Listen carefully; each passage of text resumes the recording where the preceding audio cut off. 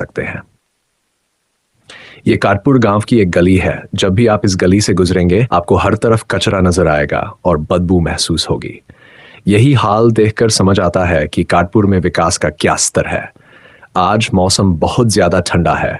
सुबह से ही घना कोहरा छाया हुआ है। कोहरे की वजह से पास की चीजें भी साफ दिखाई नहीं दे रही है।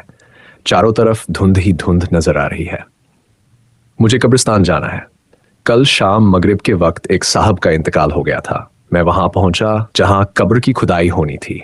ये सामने कब्रिस्तान दिखाई दे रहा है, लेकिन यहाँ कब्र की खुदाई नहीं हो रही है। लगता है कब्रिस्तान के दूसरे कोने में खुदाई हो रही है। आइए चलते हैं वहां जहां इस वक्त कब्र की खुदाई हो रही है।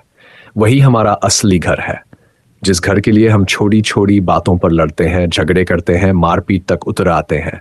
उस घर के हम सिर्फ मुसाफिर हैं। वो घर कभी किसी का नहीं हुआ।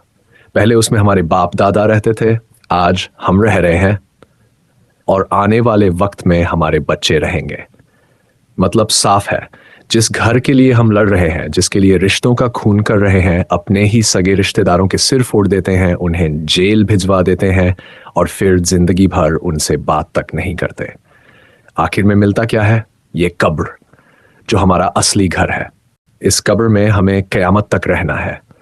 अच्छे और बुरे अमालों का हिसाब इसी कब्र से शुरू हो जाएगा। कोई कितना ही खास क्यों न हो, जब इस कब्र में दफन कर दिया जाएगा तो सब हमें यहीं अकेला छोड़कर चले जाएंगे। सारे रिश्ते, सारे नाते यहीं टूट जाएंगे।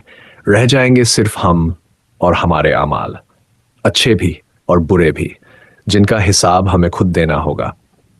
यहाँ किसी की सिफारिश नहीं चलेगी, किसी का मुंह देखकर फैसला नहीं होगा। यहाँ हर इंसान को अपने अमाल का पूरा पूरा बदला दिया जाएगा। हमें कभी नहीं भूलना चाहिए कि एक दिन हमें जरूर इस कब्र में आना है।